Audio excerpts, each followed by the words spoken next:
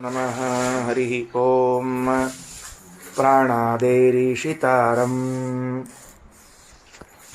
ಪರಮಸುಖನಿಧಿಂ ಸರ್ವದೋಷವ್ಯಪೇತಂ ಸರ್ವಾಂತಸ್ಥಂ ಸುಪೂರ್ಣಂ ಪ್ರಕೃತಿಪತಿಮಜಂ ಸರ್ವಬಾಹ್ಯಂ ಸುನಿತ್ಯಂ ಸರ್ವಜ್ಞಂ ಸರ್ವಶಕ್ತಿಂ ಸುರಮುನಿಮನುಜಾದ್ಯೈಃ ಸದಾ ಸೇವ್ಯಮಾನಂ ವಿಷ್ಣುಂ ವಂದೇ ಸದಾಹಂ ಸಕಲಜಗದನಾದ್ಯಂತ ಆನಂದದಂ ತಂ. ಪ್ರಜಾಪತಿ ಬ್ರಾಹ್ಮಣ ನಿನ್ನೆ ಸಾಯಂಕಾಲ ಪ್ರಾರಂಭದಲ್ಲಿತ್ತು ಪಾಠ. ಏನು ಬಂತು? ಆತ್ಮೈವ ಇದಮಗ್ರ ಆಸೀತ್ ಪುರುಷವಿಧಃ ಸಹ ಅನುವೀಕ್ಷ್ಯ ನಾಣ್ಯದಾತ್ಮನಃ ಅಪಶ್ಯತ್ ಸಹ ಅಹಮಸ್ಮೀತ್ಯಗ್ರೇ ವ್ಯಾಹರತ್ ತತೋ ಅಹಂ ನಾಮ ಅಭವತ್ ತಸ್ಮಾದಪ್ಯೇತರ್ಹಿ ಆಮಂತ್ರಿತಃ ಅಹಂ ಅಯಂ ಇತ್ಯೇವ ಅಗ್ರೇ ಉಕ್ತ್ವಾ ಅಥ ಅನ್ಯನ್ನಾಮ ಪ್ರಬ್ರೂತೆ ಯದಸ್ಯ ಭವತಿ. ಇಲ್ಲಿವರೆಗೆ ಒಂದು ವಿಷಯವನ್ನು ಹೇಳಿತ್ತು. ಭಗವಂತನ ಸದೃಶರಾಗಿರುವಂತಹ ಚತುರ್ಮುಖ ಬ್ರಹ್ಮದೇವರು ಭಗವಂತನಿಂದ ಉತ್ಪನ್ನರಾದರು.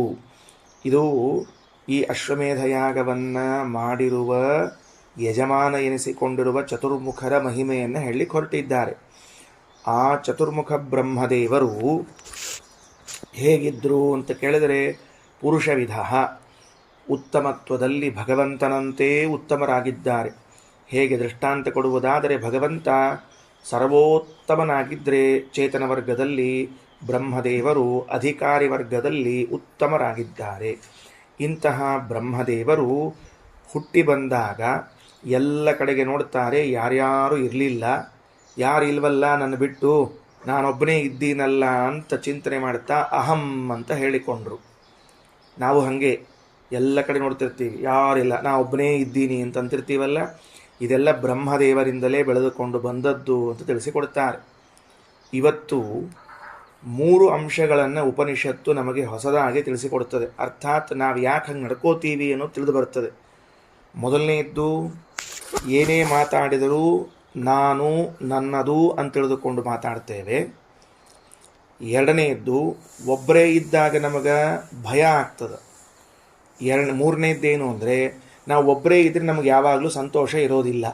ಏಕಾಂಗಿಯಾದ ವ್ಯಕ್ತಿಗೆ ಒಂದು ಭಯವಾಗ್ತದೆ, ಇಲ್ಲ ಏಕಾಂಗಿಯಾಗಿ ಇದ್ದಾನೆ ಅಂದರೆ ಅವನಿಗೆ ಸಂತೋಷವಾಗುವುದಿಲ್ಲ. ಯಾಕೆ ಹೀಗಾಯಿತು ಕೇಳಿದ್ರೆ ಮುಖ ಸಪ್ ಮಾಡ್ಕೊಂಡಿರ್ತಾರೆ. ಯಾಕೆ ಮನ್ಯಾಗ ಒಬ್ಬರೇ ಇದ್ದೀರಪ್ಪ, ಯಾರಿಲ್ಲ, ಊರಿಗೆ ಹೋಗ್ಬಿಟ್ರೆ ಎಲ್ಲರೂ ಏನು ಮಾಡಬೇಕು ಅಂತಂತಿರ್ತಾರೆ. ಹಾಗಾದರೆ ಏಕಾಕಿಯಾದ ವ್ಯಕ್ತಿ ನೈವರೇಮೇ, ಅವನು ಸಂತೋಷದಿಂದ ಇರುವುದಿಲ್ಲ. ಅವತ್ತಿಗೂ ಒಬ್ಬನೇ ಒಬ್ಬ ವ್ಯಕ್ತಿ ಇದ್ದ ಅಂತಂದರೆ ಅವನು ಭಯಕ್ಕೊಳಗಾಗುತ್ತಾನೆ, ಅವತ್ತಿಗೂ. ಯಾಕೆ? ಮೊಟ್ಟ ಮೊದಲು ಯಾರು ಕೇಳಿದರೂ ಕೂಡ ನಮ್ಮ ತಂದೆ ತಾಯಿಗಳಿಟ್ಟ ಹೆಸರನ್ನು ಹೇಳುವುದಿಲ್ಲ. ನಾನು ಅಂತ ಅಂದುಕೊಂಡು ಮುಂದೆ ನಮ್ಮ ತಂದೆ ತಾಯಿಗಳಿಟ್ಟ ಹೆಸರನ್ನು ಹೇಳ್ತೇವೆ. ಯಾಕೆ? ಈ 3 ಘಟನೆಗಳಿಗೆ, 3 ವಿಷಯಗಳಿಗೆ 3 ಇತಿಹಾಸವನ್ನು ಹೇಳ್ತಾರೆ. ಇದರಿಂದ ನಾವು ತಿಳಿಬೇಕಾದದ್ದು, ಯಾವುದ್ಯಾವುದು ಬ್ರಹ್ಮದೇವರ ಜೀವನದಲ್ಲಿ ನಡೆದಿರ್ತದೋ ಅದು ತತ್ಸದೃಶಾಕೃತಿ ಉಳ್ಳ, ಮನುಷ್ಯಾಕಾರವುಳ್ಳ ನಮ್ಮೆಲ್ಲರ ಜೀವನದಲ್ಲೂ ನಡೆಯುತ್ತದೆ. ಆ ವಿಷಯವನ್ನು ಹೇಳ್ತಾ ಇದ್ದಾರೆ. ಹಾಗಾಗಿ ಬ್ರಹ್ಮದೇವರು ಎಲ್ಲ ಕಡೆಗೆ ನೋಡಿದರು, ಯಾರಿರಲಿಲ್ಲ, ನಾನೊಬ್ಬನೇ ಇದ್ದೀನಿ ಅಂತ ಅಂದುಕೊಂಡು ಬ್ರಹ್ಮದೇವರು ಅಹಮಸ್ಮಿ ಅಂತ ಶಬ್ದೋಚ್ಚಾರಣೆಯನ್ನು ಮಾಡಿದರು. ನಾನಿದ್ದೇನೆ ಅಂತ ಉಚ್ಚಾರಣೆ ಮಾಡಿದರು. ಅದು ನಮ್ಮೆಲ್ಲರಿಗೂ ಪಾಠ ಆಯಿತು. ಏನು ಪಾಠ ಆಯಿತು? ನಮ್ಗೆ ಯಾರಾದರೂ ನೀನು ಯಾರು ಅಂತ ಕೇಳಿದರೆ ಅಥವಾ ಇದು ಯಾರದ್ದು ಅಂತ ಕೇಳಿದರೆ, ಮೊದಲು ಅಹಂ ಶಬ್ದವನ್ನು ಹೇಳಿಕೊಂಡು ಅನಂತರದಲ್ಲಿ ಮುಂದಿನದನ್ನು ಹೇಳ್ತಿರ್ತೇವೆ. ನಿನ್ನ ಹೆಸರೇನು ಅಂತ ಕೇಳಿದರೆ ನನ್ನ ಹೆಸರು ಅಂತಾನೆ, ಬರೀ ಹೆಸರು ಹೇಳಂಗಿಲ್ಲ. ನೀನು ಯಾರು ಅಂತ ಕೇಳಿದರೆ ನಾನು ಅಂತ ಹೇಳ್ತಾನೆ, ಬರೀ ಹೆಸರು ಹೇಳೋದಿಲ್ಲ. ನಿನ್ನ ಹೆಸರೇನೋ ಅಂತಂದರೆ ನನ್ನ ಹೆಸರು ಕೃಷ್ಣರಿ ಅಂತಾನೆ. ನೀ ಯಾರು ಅಂತ ಕೇಳಿದ್ರೆ ನಾ ರಾಮರಿ ಅಂತಾನೆ. ಹಾಗಾದರೆ ಆ ನಾಮ, ನನ್ನ ಅನ್ನುವುದು ಅಹಂ ಶಬ್ದದ ವಿಭಕ್ತಿಗಳಿಂದ ಕೂಡಿದ್ದು. ಅದು ಪ್ರಥಮದಲ್ಲಿ ಯಾಕೆ ಬಂತು ಅಂದರೆ, ಬ್ರಹ್ಮದೇವರು ಹುಟ್ಟಿ ಬಂದಾಗ ಯಾರೂ ಇಲ್ಲದೇ ಇರುವ ಸಂದರ್ಭದಲ್ಲಿ ಎಲ್ಲವನ್ನು ನೋಡಿ ಎಲ್ಲ ಕಡೆಗಳಲ್ಲಿ ನೋಡಿ ಯಾರು ಇಲ್ಲ, ನಾನೊಬ್ಬನೇ ಇದ್ದೀನಿ ಅಂತ ಅಹಮಸ್ಮೀನ್ ಶಬ್ದ ಪ್ರಯೋಗ ಮಾಡಿದ್ದಕ್ಕೆ ಇವತ್ತಿಗೂ ಹಾಗೆ ಬರ್ತಾ ಇದೆ. ಅನಂತರದಲ್ಲಿ ಉಳಿದ ಹೆಸರನ್ನು ಹೇಳ್ತಾರೆ. ಇಷ್ಟು ಮುಗೀತು. ಇದಿಷ್ಟು ವಾಕ್ಯ ಆಯ್ತು ನೋಡ್ಕೊಳ್ರಿ. ಪ್ರಬ್ರೂತೆ ಯದಸ್ಯ ಭವತಿ. ಇದರ ಮುಂದೆ ಈಗ ಇವತ್ತಿನ ಪಾಠ. ಸಹ ಯತ್ ಪೂರ್ವೋ ಅಸ್ಮಾತ್ ಸರ್ವಸ್ಮಾತ್ ಸರ್ವಾನ್ ಪಾಪ್ಮನಃ ಔಷತ್ ತಸ್ಮಾತ್ ಪುರುಷಃ. ಬ್ರಹ್ಮದೇವರಿಗೆ ಪುರುಷ ಎಂಬ ಶಬ್ದ ಇದೆ ಅಂತ, ಪುರುಷ ಎಂಬ ಶಬ್ದದಿಂದ ಕರೆಯುತ್ತಾರೆ ಅಂತ ಹೊರಟಿದ್ದಾರೆ. ಬ್ರಹ್ಮದೇವರಿಗೆ ಪುರುಷ ಎಂಬ ನಾಮವಿದೆ. ಈಗ ಪುರುಷ ವಿಧ ಅಂತ ನಾಮ ಕೇಳಿದ್ವಿ ಬ್ರಹ್ಮದೇವರಿಗೆ. ಮತ್ತೊಂದು ಹೆಸರನ್ನು ಕೇಳ್ತೀವಿ, ಪುರುಷ ಎಂಬ ಹೆಸರಿದೆ ಬ್ರಹ್ಮದೇವರಿಗೆ ಅಂತ. ಇದರ ಜೊತೆಗೆ ಈ ಉಪನಿಷತ್ತು ಏನು ಮಾಡ್ತದೆ ಗೊತ್ತೇನು? ಬರೇ ಪುರುಷ ಎಂಬ ಹೆಸರಿದೆ ಅಂತ ತಿಳಿಸೋದಿಲ್ಲ, ಹಾಗೆ ತಿಳಿದವನಿಗೆ ಫಲವೇನಾಗುತ್ತದೆ ಅಂತ ತಿಳಿಸ್ತಾ ಇದೆ. ಇದು ಯಾಕೆ ಬೇಕು? ಮೊನ್ನೆ ಹೇಳಿದ್ದೀನಿ, ಕಾರಣವನ್ನು ಹೇಳಿದ್ದೀನಿ. ಬ್ರಹ್ಮದೇವರ ವಿಷಯದಲ್ಲಿ ಬ್ರಹ್ಮದೇವರಿಗೆ ಪುರುಷ ಅಂತ ಹೆಸರದ ತಿಳ್ಕೊಳ್ರಿ, ಇಷ್ಟೆಲ್ಲ ಮುಗಿದು ಹೋಗ್ತಿತ್ತು. ತಿಳ್ಕೊಂಡ್ರೆ ಏನಾಗ್ತದೆ ಗೊತ್ತೇನೋ ಅಂತ ಫಲ ಹೇಳಲಿಕ್ಕೆ ಶುರು ಮಾಡಿತು. ಯಾಕೆ ಹಾಗೆ ಮಾಡಬೇಕು? ಯಾಕೆ ಉಪನಿಷತ್ತು ಫಲವನ್ನು ಹೇಳ್ತದೆ ಅಂತ ಕೇಳಿದ್ರೆ, ಉಪಕ್ರಮೋಪಸಂಹಾರಗಳಲ್ಲಿ ಫಲವೂ ಕೂಡ ತಾತ್ಪರ್ಯ ನಿರ್ಣಾಯಕ ಲಿಂಗವಾಗಿದೆ. ಅಂದರೆ ಇದಿಷ್ಟನ್ನು ಏನು ಹೇಳಿದ್ದೀವಿ, ಬ್ರಹ್ಮದೇವರಿಗೆ ಪುರುಷವೆಂಬುವಂತಹ ನಾಮವಿದೆ ಅಂತೇನು ಹೇಳಿ ಮುಂದೆ ಹೊರಟು ಬಿಟ್ಟಿವಿ, ಏನೋ ಫಲ ಹೇಳಲಿಲ್ಲ ಅಂತಂದ್ರೆ, ವೇದಕ್ಕೆ ಪುರುಷ ಎಂಬ ಹೆಸರು ಬ್ರಹ್ಮದೇವರಿಗೆ ಹೇಳೋದ್ರಲ್ಲಿ ತಾತ್ಪರ್ಯ ಅದನೋ ಇಲ್ಲೋ? ಸುಮ್ಮನೆ ಏನೋ ಹೇಳೋದು. ಈಗ ಕೆಲವರು ಯಾರೋ ಸುಮ್ಮನೆ ಏನೋ ಹೇಳಿರ್ತಾರೆ, ಆಮಂತ್ರಣ ಕೊಡ್ತಿರ್ತಾರೆ ನೋಡ್ರಿ, ಸುಳ್ಳು ಆಮಂತ್ರಣ ಅಂತ ಇರ್ತಾವಲ್ಲ ನಮ್ಮಲ್ಲಿ. ಬರ್ರಿ ನೀವು ಬರ್ರಿ ಅಂತ ಇಷ್ಟು ಅಂದಿರ್ತಾರೆ. ಅವ್ನು ಬರ್ಬೇಕು, ನಮ್ಮನ್ನು ಕರಿಬೇಕು ಅಂತ ಮನಸ್ಸು ಇರಂಗಿಲ್ಲ ಅವಂಗೆ. ಏನೋ ಬರ್ರಿ ಅಂತಂದಿರ್ತಾನೆ ಅಷ್ಟೇ. ಹಾಗೆ ಏನೋ ಬರ್ರಿ ಅಂತಂದಂಗೆ ಸುಳ್ಳು ಆಮಂತ್ರಣ ಕೊಟ್ಟಂಗೆ ಏನೋ ವೇದ ಬ್ರಹ್ಮದೇವ್ರಿಗೆ ಪುರುಷ ಅಂತ ಹೆಸರದ ಅಂತ ಹಿಂಗೆ ಹೇಳಿ ಮುಂದ್ಕೊಂಡು ಹೊರಡ್ತೇವೋ. ಬ್ರಹ್ಮದೇವರಿಗೆ ನೀವು ಪುರುಷ ಅಂತ ಕರೀರಿ ಅನ್ನೋ ನನ್ನ ತಾತ್ಪರ್ಯ ಅದ ಅಂತ ಹೇಳಿ ಹೊರಡ್ತೇವೆ. ಅದು ಅಂತಂದರೆ ವೇದಕ್ಕೆ ತಾತ್ಪರ್ಯ ಅದ. ಯಾಕೆ? ಫಲ ಹೇಳಿತು. ಏನು ಫಲ ಹೇಳಿತು? ಪುರುಷ ಎಂಬ ನಾಮವನ್ನು ಬ್ರಹ್ಮದೇವರಿಗೆ ಇದ್ದದ್ದನ್ನು ತಿಳಿದರೆ ಈ ಫಲವಾಗುತ್ತದೆ ಅಂದಮೇಲೆ ವೇದಕ್ಕೆ ತಾತ್ಪರ್ಯ ಉಂಟು ಅಂತ ಅರ್ಥ ಆಯಿತು. ನೋಡ್ರಿ, ಈಗ ಹೋದ್ರಿ ಏನಾಯಿತು ಅಂತ. ಯತ್ ಸಹ ಯದಸ್ಯ ಭವತಿ ಮುಗ್ದದ ಕ್ರಮ ಹಾಕ್ಕೊಡ್ರಲ್ಲಿ. ಸಹ ಯತ್ ಪೂರ್ವೋ ಅಸ್ಮಾತ್ ಸರ್ವಸ್ಮಾತ್. ಈ ಬ್ರಹ್ಮದೇವರು ಈ ಎಲ್ಲ ಜಗತ್ತಿನಲ್ಲಿ ಹುಟ್ಟಿ ಬರುವ ಜೀವರಿಗಿಂತಲೂ ಮೊದಲೇ ಇದ್ದದ್ದರಿಂದ, ಅತ್ಯುತ್ತಮರಾಗಿ ಇದ್ದದ್ದರಿಂದ, ಪೂರ್ವೋ ಅಸ್ಮಾತ್ ಸರ್ವಸ್ಮಾತ್ ಎಲ್ಲರಿಗಿಂತ ಮೇಲಿದ್ದಾರೆ, ಎಲ್ಲರಿಗಿಂತ ಮೊದಲಿದ್ದಾರೆ ಒಂದರ್ಥ. ಪುರುಷ ಅಂತನ್ನುವ ಶಬ್ದವನ್ನು ನಿರ್ವಚನೆ ಮಾಡಲಿಕ್ಕೆ ಹೊರಟು ವೇದಾಂತದ ಸಹ ಆ ಬ್ರಹ್ಮದೇವರು ಯತ್ ಯಾವ ಕಾರಣಕ್ಕಾಗಿ, ಪೂರ್ವ ಅಸ್ಮಾತ್ ಸರ್ವಸ್ಮಾತ್ ಈ ಮುಂದಿನ ಎಲ್ಲ ಪದಾರ್ಥಗಳಿಗಿಂತಲೂ ಪೂರ್ವದಲ್ಲಿ ಹುಟ್ಟಿದವರು. ಆ ಪೂರ್ವದಲ್ಲಿ ಹುಟ್ಟಿದ್ದರ ಜೊತೆಗೇನಾಯಿತು ಅಂದರೆ ಮೊಟ್ಟ ಮೊದಲು ಹುಟ್ಟಿದರು. ಶ್ರೀಮದಾಚಾರ್ಯರು ಭಾಷ್ಯದಲ್ಲಿ ಒಂದು ಹೊಸ ಅಂಶವನ್ನು, ವಿಶೇಷಾಂಶವನ್ನು ಸೇರಿಸ್ತಾರೆ. ಮೊದಲು ಹುಟ್ಟಿದ್ರಿಂದ ಭಾಳ ದೊಡ್ಡ ವಿಷಯ ಅದೇನ್ರಿ. ನಮ್ಮಲ್ಲಿ ಎಷ್ಟೋ ಮಂದಿ ಭಾಳ ಮೊದಲು ಹುಟ್ಟ್ಯಾರ. ಜಾಂಬುವಂತರಂಗೆ ತೊಗೊಂಡೇನು ಮಾಡಬೇಕು? ಜಾಂಬುವಂತರಂತೆ ಮೊದಲು ಹುಟ್ಟಿದ್ದಕ್ಕೆ ಪ್ರಯೋಜನ ಏನು ಅಂದರೆ, ಆಚಾರ ಅಂತಾರ, ಮೊದಲು ಹುಟ್ಟಿದ್ದಾರೆ ಅಂತಂದ್ರೇನೆ ಭಗವಂತನ ಪ್ರಸಾದಕ್ಕೆ ಪಾತ್ರರಾಗಿದ್ದಾರೆ ಅಂತ ಅರ್ಥ. ಯಾಕ? ಇನ್ನು ಉಳಿದವರನ್ಯಾರನ್ನೂ ಮೊದಲು ಹುಟ್ಟಿಸ್ಲಿಲ್ಲ, ಚತುರ್ಮುಖನನ್ನೇ ಮೊದಲು ಹುಟ್ಟಿಸ್ತಿದ್ದಾರೆ. ಅಂದಮೇಲೆ ಚತುರ್ಮುಖನ ಮೇಲೆ ಭಗವಂತನ ಅನುಗ್ರಹ ಎಷ್ಟದ? ಭಾಳಷ್ಟದ. ಇಲ್ಲಾಂದ್ರೆ ಎಲ್ಲಾರ್ದು ಮುಗಿದ್ಮೇಲೆ 8-10 ಮಂದಿ ಆದಮೇಲೆ 20-25 ಮಂದಿ ಆದಮೇಲೆ ಹುಟ್ಟಿಸ್ಬೇಕಾಗಿತ್ತು. ಹಾಗೆ ರುದ್ರಾದಿ ದೇವತೆಗಳ ಸೃಷ್ಟಿ ಅನಂತರದಲ್ಲಿ ಬ್ರಹ್ಮದೇವರನ್ನ ಸೃಷ್ಟಿ ಮಾಡಿಲ್ಲ, ಎಲ್ಲರಿಗಿಂತಲೂ ಮೊದಲು ಸೃಷ್ಟಿ ಮಾಡಿದ್ದಾರೆ. ಅಂದರೆ ಭಗವಂತನ ಪ್ರಸಾದ, ಭಗವಂತನ ಅನುಗ್ರಹ ಅವ್ರ ಮೇಲೆ ಎಷ್ಟದ? ಅದಕ್ಕೆ ಆಚಾರ ಅಂತಾರ, ಈ ಶಬ್ದ ಭಗವಂತನ ಅನುಗ್ರಹ ಇದೆ ಅಂತದಲ್ಲ, ಇದರಿಂದ ಮುಂದಿನ ತಗೊಳ್ರಿ ಏನಂತಾತು. ಸರ್ವಾನ್ ಪಾಪ್ಮನಃ ಔಷತ್. ಆ ಭಗವಂತನ ಅನುಗ್ರಹದಿಂದ ಬ್ರಹ್ಮದೇವರು ತಮ್ಮಲ್ಲಿದ್ದ ಎಲ್ಲ ಪಾಪಗಳನ್ನು ಸುಟ್ಟು ಹಾಕಿದರು. ಯಾವ ಪಾಪವೂ ಇಲ್ಲ. ಪಾಪಾವಿದ್ದ ದೈತ್ಯ ಪೂಗಾವಿದ್ದ ಬಂತ. ಈಗ ಪಾಪಾವಿದ್ದ ದೈತ್ಯ ಪೂಗಾವಿದ್ದ ಇದೇ ಹಿಂದಿನ ಘಟನೆಯೊಳಗೆ ದೈತ್ಯರು ಯಾರೂ ಆಕ್ರಮಣ ಮಾಡಿಲ್ಲ ಅಂತ ಕೇಳಿದ್ದೇವೆ. ಅಲ್ಲೂ ಪಾಪಾವಿದ್ದ ಕೇಳಿದ್ದೀವಿ, ಇಲ್ಲೂ ಪಾಪಾವಿದ್ದ ಕೇಳಿದ್ದೀವಿ. ಇಲ್ಲಿ ಪಾಪರಹಿತರು ಚತುರ್ಮುಖ ಬ್ರಹ್ಮದೇವರು ಅಂತ ಕೇಳುವುದು ಯಾವ ಸ್ಟೈಲ್ನಲ್ಲಿ? ಭಗವಂತನ ಅನುಗ್ರಹ ಎಷ್ಟಿದೆ ಅವರ ಮೇಲೆ ಅಂದರೆ, ಎಲ್ಲರಿಗಿಂತಲೂ ಸೃಷ್ಟಿಯಲ್ಲಿ ಪ್ರಾರಂಭದಲ್ಲಿ ಬಂದಿದ್ದಾರೆ. ಅನ್ನುವುದೇ ಅವರ ಮೇಲೆ ಭಗವಂತ ಪರಮಾನುಗ್ರಹ ಮಾಡಿದ್ದಾನೆ ಅಂತ. ಆ ಅನುಗ್ರಹದ ಬಲದಿಂದ ಬ್ರಹ್ಮದೇವರು ಯಾವ ಪಾಪಗಳನ್ನೂ ತಮ್ಮಲ್ಲಿ ಇಟ್ಟುಕೊಂಡಿಲ್ಲ, ಸುಟ್ಟು ಹಾಕಿದ್ದಾರೆ. ಆದ್ದರಿಂದ ಪುರುಷ ಶಬ್ದವನ್ನು ಕರಿಬೇಕು. ಹೆಂಗೆ ಬಿಡಿಸ್ತೀರಿ? ತಸ್ಮಾತ್ ಪುರುಷ ಆದ್ದರಿಂದ ಬ್ರಹ್ಮದೇವರಿಗೆ ಪುರುಷ ಅಂತ ಕರಿಬೇಕು ಅಂತ. ಎರಡು ಶಬ್ದ ಬರ್ಕೊಂಡಿಟ್ಕೊಳ್ರಿ. ಪುರು ಪ್ಲಸ್ ಶ ಬರ್ಕೊಂಡ್ರಿ ಅಂದ್ರೆ ಪುರುಷ ಶಬ್ದ ಅರ್ಥ ಆಗ್ತದೆ. ಪುರು ಅನ್ನೋ ಶಬ್ದಕ್ಕೆ ಪೂರ್ವದಲ್ಲಿ ಜನನ. ಪುರು ಅಂದ್ರೆ ಪೂರ್ವದಲ್ಲಿ ಜನನ. ಪೂರ್ವಂ ಅಂತವಲ್ಲ, ಅದಕ್ಕೆ ಪೂರ್ವದಲ್ಲಿ ಜನನ. ಶ ಅನ್ನೋ ಶಬ್ದಕ್ಕೆ ಅಂತಕರ್ಮಣಿ ನಾಶಗೊಳಿಸು, ಸುಟ್ಟಾಕು ಅಂತ ಅರ್ಥ. ಪುರು ಪ್ಲಸ್ ಶ ಪುರುಷ, ಪೂರ್ವದಲ್ಲಿ ಜನಿಸಿದ್ದಾರೆ ಭಗವಂತನ ಅನುಗ್ರಹದಿಂದ. ಅದೇ ಅನುಗ್ರಹ ಬಲದಿಂದ ತಮ್ಮಲ್ಲಿದ್ದ ಎಲ್ಲ ಪಾಪಗಳನ್ನು ಸುಟ್ಟು ಹಾಕಿದ್ದಾರಾದ್ದರಿಂದ ಪುರು ಪ್ಲಸ್ ಶ ಪುರುಷ ಅಂತ ತಿಳಿಬೇಕು. ವೇದ ಹಂಗೆ ನಿರ್ವಚನ ಮಾಡ್ತದ, ವೇದ ಹಂಗೆ ನಿರುಕ್ತಿಯನ್ನು ಮಾಡ್ತದ. ಏನಂತ? ಸಹಾಯತ್ ಪೂರ್ವೋ ಅಸ್ಮಾತ್ ಸರ್ವಸ್ಮಾತ್, ಎಲ್ಲರಿಗಿಂತ ಮೊದಲು ಹುಟ್ಟಿದ್ದಾರೆ. ಸರ್ವಾನ್ ಪಾಪ್ಮಾನಃ ಔಷತ ಅಂದರೆ ಸುಟ್ಟು ಹಾಕುವುದು, ನಾಶಗೊಳಿಸುವುದು. ತಸ್ಮಾತ್ ಪುರುಷ ಇತಿ, ಆದ್ದರಿಂದ ಅವರಿಗೆ ಪುರುಷ ಅಂತ ಕರೀತಾರೆ. ಎಷ್ಟು ಸರಳ ಮಾಡಿದ್ದಾರೆ ನೋಡ್ರಿ ವೇದದಲ್ಲಿ. ಬ್ರಹ್ಮದೇವರಿಗೆ ಪುರುಷ ಶಬ್ದ ಅರ್ಥ. ಆಮೇಲೆ ಪುರುಷ ಶಬ್ದ ನಿರ್ವಚನವನ್ನು ಹೇಳಿದರು. ಯಾರು ಈ ಪುರುಷ ಶಬ್ದವನ್ನು ಬ್ರಹ್ಮದೇವರಲ್ಲಿ ಅನ್ವರ್ಥಕವಾಗಿದೆ, ಸಾರ್ಥಕವಾಗಿದೆ ಎಂದು ತಿಳಿದುಕೊಳ್ಳುತ್ತಾನೋ ಅವಂಗೇನು ಫಲ ಸಿಗುತ್ತದೆ? ಅದಕ್ಕೆ ಹೇಳ್ತಾರೆ, ಓಷತಿ ಹವೈ ಸತಂ ಯೋ ಅಸ್ಮಾತ್ ಪೂರ್ವೋ ಬುಭೂಷತಿ ಯಹ ಏವಂ ವೇದ. ಯಾವ ಅಧಿಕಾರಿಯು, ಯಹ ಅಂದರೆ ಯಾವನು, ಅಧಿಕಾರಿಯು ಅಂತ ಅರ್ಥ. ಏವಂ ಈ ರೀತಿಯಾಗಿ, ಯಾವ ರೀತಿಯಾಗಿ ಬ್ರಹ್ಮದೇವರು ಎಲ್ಲರಿಗಿಂತಲೂ ಮೊದಲು ಹುಟ್ಟಿದರು, ಎಲ್ಲ ಪಾಪವನ್ನು ನಾಶ ಮಾಡಿಕೊಂಡಿದ್ರು ಭಗವಂತನ ಅನುಗ್ರಹದಿಂದ ಎಂದು ತಿಳಿತಾನೋ, ಸಹ ಅವನು ಓಷತಿ ಸುಟ್ಟು ಹಾಕುತ್ತಾನೆ. ಯಾರನ್ನ?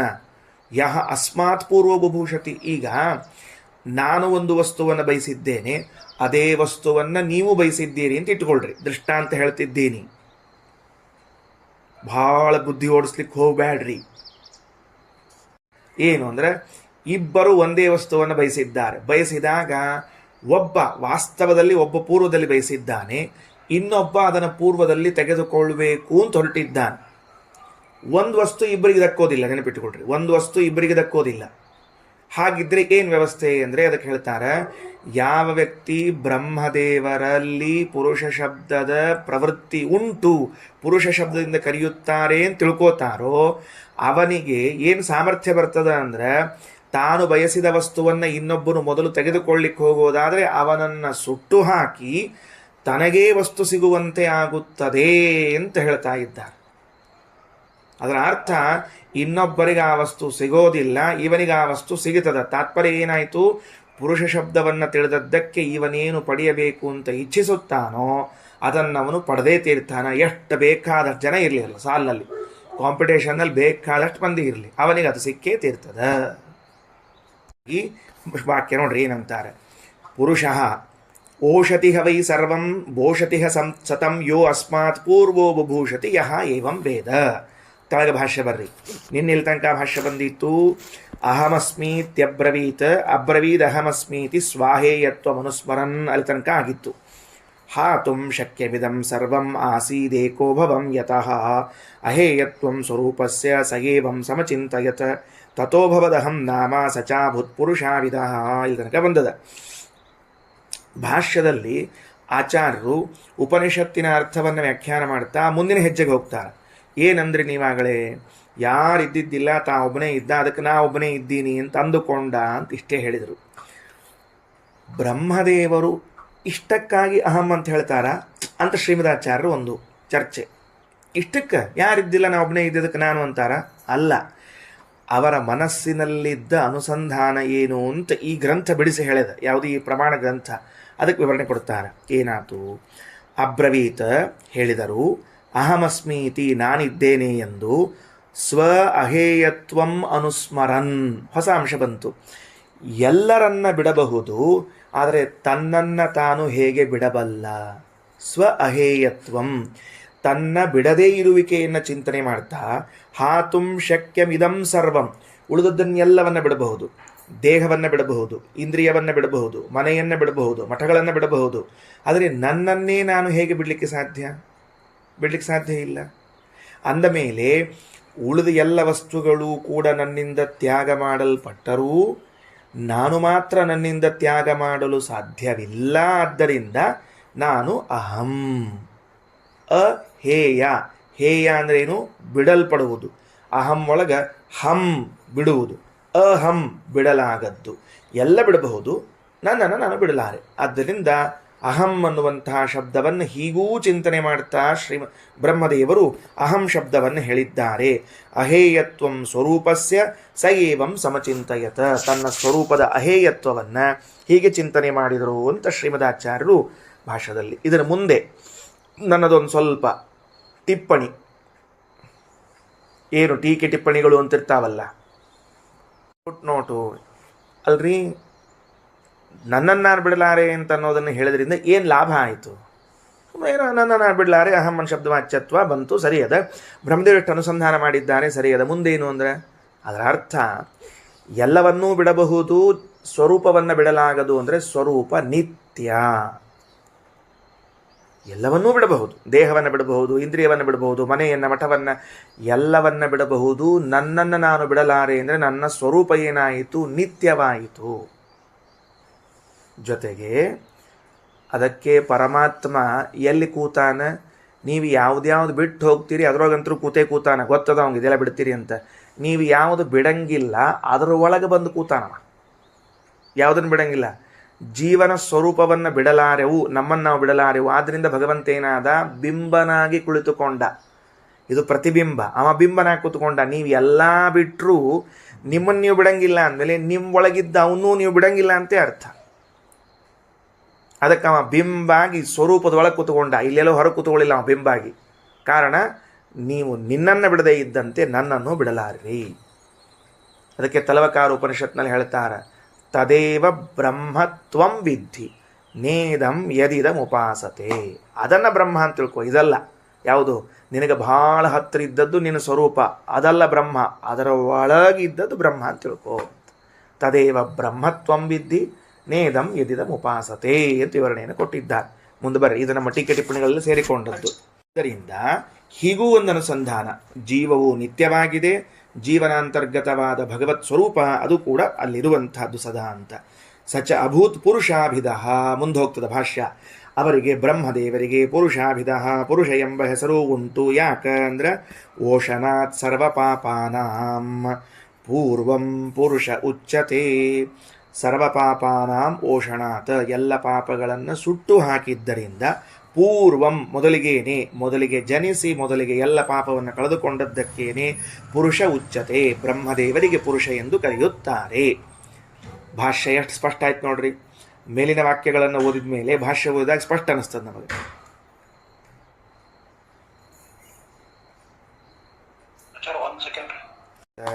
ಓಷಣಾತ್ ಸರ್ವಪಾಪಾನಾಂ ಪೂರ್ವಂ ಪುರುಷ ಉಚ್ಯತೆ ನಾರಾಯಣ ಪ್ರಸಾದೇನ. ಭಗವಂತನ ಅನುಗ್ರಹದಿಂದ ಅವರೆಲ್ಲ ಪಾಪಗಳನ್ನು ಕಳೆದುಕೊಂಡಿದ್ದಾರೆ. ಇದ್ದದ್ದು ಅಂತ ಅರ್ಥ ಅಲ್ಲ, ಅದಕ್ಕೆ ಭಗವಂತನ ಅನುಗ್ರಹದ ಬಲದಿಂದ ಅವರಿಗೆ ಯಾವ ಪಾಪವೂ ಇಲ್ಲ ಅನ್ನೋಲೆ ತಾತ್ಪರ್ಯ. ಅದಕ್ಕೆ ಯಯೇವಂ ಪುರುಷಾಭಿಧಂ, ಯಾರು ಹೀಗೆ ಬ್ರಹ್ಮದೇವರಿಗೆ ಪುರುಷ ಎಂಬ ಹೆಸರಿದೆ ಅಂತನ್ನುವುದನ್ನು ವೇದ ತಿಳ್ಕೋತಾರೋ, ಸ್ವಾಭಿಮತಂ ಯಸ್ತು ಪೂರ್ವಂ ಪ್ರಾಪ್ತಂ ಅಭಿಪ್ಸತಿ. ಸ್ವ ಅಭಿಮತಂ, ತನಗೆ ಬೇಕಾದ ಒಂದು ವಸ್ತು ಅದ. ಸ್ವ ಅಭಿಮತ, ತನಗೆ ಬೇಕಾದ ಒಂದು ವಸ್ತು. ಯಾರು ತು ಯಾರಾದರೋ ಪೂರ್ವಂ ಪ್ರಾಪ್ತಂ, ಅದನ್ನು ಇವನಿಗಿಂತ ಮೊದಲು ಅವರು ತಗೊಳ್ಬೇಕು ಅಂತ ಅಭಿಪ್ಸತಿ ಇಚ್ಛೆ ಮಾಡಿದರೆ. ಈಗ ನಾನು ಬ್ರಹ್ಮದೇವರ ಪುರುಷನಾಮದ ಚಿಂತನೆಯನ್ನು ಮಾಡ್ತಾ ಇದ್ದೀನಿ. ಎಷ್ಟು ಗಾಢವಾಗಿ ಚಿಂತನೆ ಮಾಡ್ತಿದ್ದೀನಿ ಅಂದರೆ ನನಗೆ ಪುರುಷನಾಮದ ಬ್ರಹ್ಮದೇವರ ವಿಷಯ ಸಾಕ್ಷಾತ್ಕಾರ ಆಗಿಬಿಟ್ಟದು. ಪುರುಷ ಅಂದುಕೊಳ್ಳೆ ಬ್ರಹ್ಮದೇವರಲ್ಲಿ ಹೆಂಗದ, ಭಗವಂತನ ಅನುಗ್ರಹದಿಂದ ಪಾಪವಿಲ್ಲ ಅಂತನ್ನುವುದು ಸ್ಪಷ್ಟ ಆಗಿಬಿಟ್ಟದು. ಇಂಥ ಗಾಢವಾದ ಚಿಂತನೆ ಉಳ್ಳವನು ನಾನೊಂದು ವಸ್ತು ಬಯಸಿದ್ದೇನೆ, ತಗೊಳ್ಬೇಕು ಅಂತ ಹೊರಟೀನಿ. ಅಷ್ಟರೊಳಗೆ ಇನ್ನೊಬ್ಬನ ಯಾರೋ ಓವರ್ ಕ್ರಾಸ್ ಬಂದರೆ ಏನಾಗ್ತದೆ ಅಂದರೆ ಅದಕ್ಕಂತಾರೆ ಪೂರ್ವಂ ಪ್ರಾಪ್ತುಂ ಅಭಿಪ್ಸತಿ ಓಷತ್ ಸ್ವಯಂ ಅನುಷ್ಟಸ್ಸನ್ ಬ್ರಹ್ಮ ವಿಷ್ಣು ಪ್ರಸಾದತಃ. ಆ ಬ್ರಹ್ಮದೇವರ ಹಾಗೂ ಭಗವಂತನ ಅನುಗ್ರಹದಿಂದ ಈ ವ್ಯಕ್ತಿ ಅವನನ್ನು ಸುಟ್ಟು ಹಾಕಿ ತಾನು ಆ ವಸ್ತುವನ್ನು ಪಡಿತಾನೆ. ಅಂದರೆ ಬ್ರಹ್ಮದೇವರ ಪರಮಾತ್ಮನ ಅನುಗ್ರಹದಿಂದ ಈ ಬ್ರಹ್ಮದೇವರ ನಾಮಚಿಂತನೆಯನ್ನು ಮಾಡಿದ ವ್ಯಕ್ತಿಯು ತಾನು ಬಯಸಿದ್ದನ್ನು ತಾನು ಪಡೆಯಬಲ್ಲ.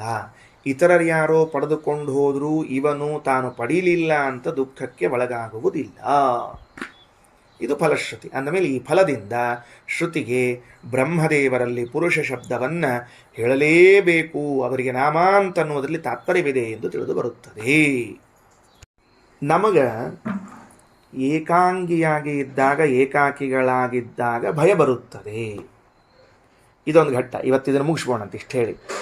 ಏಕಾಕಿಗಳಾಗಿದ್ದಾಗ, ಏಕಾಂಗಿಗಳಾಗಿದ್ದಾಗ ಭಯ ಬರುತ್ತದೆ. ನಾವು ಯಾಕೆ ಹಂಗೆ ಭಯ ಪಡ್ತೀವಿ ಅನ್ನೋದು ಗೊತ್ತಾಗಿಲ್ಲ. ಅದು ಆ ಭಯ ಇದೆಯಲ್ಲ, ಅದು ವಿವೇಕಪೂರ್ವವಾದ ಭಯ ಅಲ್ಲದು, ಅವಿವೇಕಪೂರ್ವಕವಾಗಿ ಬಂದದ್ದು. ಏನು ವಿಚಾರ ಮಾಡಿಲ್ಲ, ಇಲ್ಲ ಸಡನ್ನಾಗಿ ಠಕ್ಕಂತ ಭಯ ಬಂದ್ಬಿಡುತ್ತೇವೆ, ಹ್ಯೂ ಅಂತ ಅನ್ಕೋತೀವಿ. ಮುಂದೇನಾಗ್ತದೆ ಅಂತಂದರೆ ಸ್ವಲ್ಪ ಹೊತ್ತಾದ ಮೇಲೆ ಅದು ಭಯ ಹೋಗ್ತದೆ. ಹಾಗಾದರೆ ಏಕಾಕಿಗಳಾಗಿದ್ದಾಗ ಭಯ ಬರುತ್ತದೆ, ಸ್ವಲ್ಪ ಹೊತ್ತಾದ್ಮೇಲೆ ಹೋಗ್ತದೆ ಅಲ್ಲ. ಇದಕ್ಕೊಂದು ಕಥೆಯನ್ನೇ ಹೇಳ್ತದೆ ಉಪನಿಷತ್ತು, ಒಂದು ಘಟ್ಟವನ್ನೇ ಹೇಳ್ತದೆ. ಏನು ಅಂದರೆ, ಭಯ ಬಂತು ಅಂತ ಇಟ್ಕೊಳ್ರಿ, ನಮ್ಮೆಲ್ಲರಿಗೂ ಭಯ ಬರ್ತದೆ, ಬರುವುದಿಲ್ಲ, ಎಲ್ರಿಗೂ ಭಯ ಬರ್ತದೆ. ಬಂದ ಭಯವನ್ನು ನಿವಾರಣೆ ಮಾಡುವ ಕ್ರಮ ಏನು? ಮನುಷ್ಯ ಪ್ರಯತ್ನ, ದೈವಾನುಗ್ರಹ ಬೇರೆ ವಿಷಯ. ದೇವರಲ್ಲಿ ಪ್ರಾರ್ಥನೆ ಮಾಡ್ಕೊಳ್ಳೋಣ, ಸ್ವಾಮಿ ಭಯ ಪರಿಹಾರ ಮಾಡು, ಭಯಕೃತ್ ಭಯನಾಶನ ಅಂತ ಕೇಳ್ಕೊಳ್ಳೋಣ, ಅದು ಇನ್ನೊಂದು. ಈಗ ನಾನಿದ್ದೇನೆ, ನನಗೆ ಭಯ ಬಂದಿದೆ, ಈ ಭಯವನ್ನು ನಾನು ಹೇಗೆ ಪರಿಹಾರ ಮಾಡಿಕೊಳ್ಳಬೇಕು ಅಂದರೆ ಸರಳವಾದ ವಿಚಾರ, ವಿವೇಕದಿಂದ ಭಯವನ್ನು ಪರಿಹಾರ ಮಾಡಿಕೊಳ್ಳಬೇಕು. ಉತ್ತರ ಇದನ್ನು ನೋಟ್ಸ್ ತಗೊಳ್ರಿ, ಬರೆದಿಟ್ಕೊಳ್ರಿ. ಏನಂತ? ಅಕಸ್ಮಾತ್ತಾಗಿ ಬಂದ ಭಯವನ್ನು ವಿವೇಕದಿಂದ ಓಡಿಸಲಾಗುವುದು. ಅಕಸ್ಮಾತ್ತಾಗಿ ಬಂದ ಭಯವನ್ನು ವಿವೇಕದಿಂದ ಓಡಿಸಲಾಗುತ್ತದೆ, ಓಡಿಸ್ತೇವೆ. ಸೋ ಅಭಿಭೇತ್. ಮುಂದಿನ ವಾಕ್ಯ 485ನೇ ಪೇಜು ಮೇಲ್ಗಡೆಗೆ. ಸಹ ಅಭಿಭೇತ್. ಆ ಬ್ರಹ್ಮದೇವರು ಹೆದರ್ಕೊಂಡ್ಬಿಟ್ರು. ತಸ್ಮಾತ್ ಏಕಾಕಿ ಬಿಭೇತಿ. ಒಬ್ಬೊಬ್ಬರೇ ಇದ್ರೆ ಬಿಭೇತಿ, ಭಯಕ್ಕೊಳಗಾಗುತ್ತಾರೆ. ಏಕಾಕ ಅಂತಾಗ್ಯದ, ಏಕಾಕಿ ಅಂತ ದೀರ್ಘ ಮಾಡ್ಕೊಳ್ರಿ. ಆ ಬ್ರಹ್ಮದೇವರು ಭಯಗೊಂಡ್ರು. ಯಾಕ? ಒಬ್ಬರೇ ಇದ್ರು. ಈಗ ಹೇಳಿದ್ವಲ್ಲ, ಯಾರು ಇದ್ದಿದ್ದಿಲ್ಲ ಅಂತ ತಿಳ್ಕೊಂಡು ಹೇಳಿ, ಒಬ್ಬರೇ ಇದ್ರು ಅನ್ನೋದಕ್ಕೆ ಅಹಮಸ್ಮಿ ಎಂದಿದ್ರು. ಆ ಒಬ್ಬರೇ ಇದ್ದದ್ದಕ್ಕೆ ಸಹ ಅಭಿಭೇತ್, ಏಕಾಕಿಯಾಗಿದ್ದ ಕಾರಣ ಹೆದರಿದರು. ಅದಕ್ಕೆ ತಸ್ಮಾತ್ ಏಕಾಕಿ ಬಿಭೇತಿ. ಆದ್ದರಿಂದ ಇವತ್ತಿಗೂ ಕೂಡ ಒಬ್ಬನೇ ಇದ್ದವನೇನು ಮಾಡ್ತಾನ? ಭಯಗೊಳ್ಳುತ್ತಾನೆ. ಅಂದ್ರೆ ಈ ನಮ್ಮ ದೇಹದ ಪ್ಯಾಟರ್ನ್ ಫಸ್ಟ್ ಎಲ್ಲದ ಅಂದರೆ ಚತುರ್ಮುಖ ದೇಹದಲ್ಲ. ಆ ಚತುರ್ಮುಖನ ದೇಹದಲ್ಲಿ ಏನೇನು ಆಗ್ಯಾವ ಅಷ್ಟು ನಮ್ಮ ದೇಹದಲ್ಲಿ ಆಗ್ತಾವೆ. ಹಸಿವೆ ಅಲ್ಲೇ ಆಗಿದೆ, ನೀರಡಿಕೆ ಅಲ್ಲೇ ಆಗಿದೆ, ಭಯ ಅಲ್ಲೇ ಆಗಿದೆ, ದುಃಖ ಸುಖ ಅಲ್ಲೇ ಆಗಿದೆ ಅಂಥೇಳಿ ನಮ್ಮ ದೇಹದಲ್ಲಿ ಎಲ್ಲ ಬರ್ತಾವೆ. ಭಾರಿ ವಿಚಿತ್ರ ಏನು ಗೊತ್ತೇನು? ಇವೇನು ಕಣ್ಣು, ಕೈ, ಕಾಲು, ಕಿವಿ, ಮೂಗಳೇನು ಗೋಲಕಗಳವಲ್ಲ. ಈ ಗೋಲಕಗಳು ಫಸ್ಟ್ ಆಗಿದೆ ಚತುರ್ಮುಖರ ದೇಹದಲ್ಲಿ. ಬರೀ ಒಂದು ಮಾಂಸ ಮುದ್ದಿ ಇತ್ತು, ಮಾಂಸದ ಮುದ್ದಿಗೆ ಗೋಲಕಗಳು ಹುಟ್ಕೊಂಡು ಬಂದವು ಅಂತ ತಿಳ್ಕೊಂಡು ಇವತ್ತಿಗೂ ನಮಗೆಲ್ಲ ಗೋಲಕಗಳು ಬಂದಾವ. ಅಂದ್ರೆ ಈ ದೇಹದ ಮೂಲ ಯಾವುದು ಅಂದರೆ ಚತುರ್ಮುಖ ಬ್ರಹ್ಮನ ಶರೀರ. ಮುಗಿದೋತ್, ಅಲ್ಲಿ ಏನೇನಾಗ್ಯಾವ ಎಲ್ಲದಕ್ಕೂ ಆಗ್ತಾವ. ಸೋ ಅಭಿಭೇತ ತಸ್ಮಾದ್ ಏಕಾಕಿ ಬಿಭೇತಿ. ಅದು ನೋಡ್ರಿ, ಸಹಾಯಮೀಕ್ಷಾಂಚಕ್ರೆ ಅಂತದ. ಹಿಂಗೆ ಬರಿಬಾರ್ದು, ಅದನ್ನು ಹಿಂಗೆ ಪ್ರಿಂಟ್ ಹಾಕಬಾರ್ದು.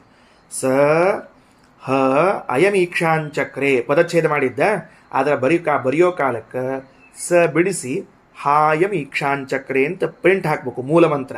ಪದಚ್ಛೇದ ಮಾಡೋ ಕಾಲಕ್ಕೆ ಸ ಹ ಅಯಂ ಈಕ್ಷಾಂಚಕ್ರೆ ಅಂತ ಬಿಡಿಸ್ಬೇಕು ಅದನ್ನು.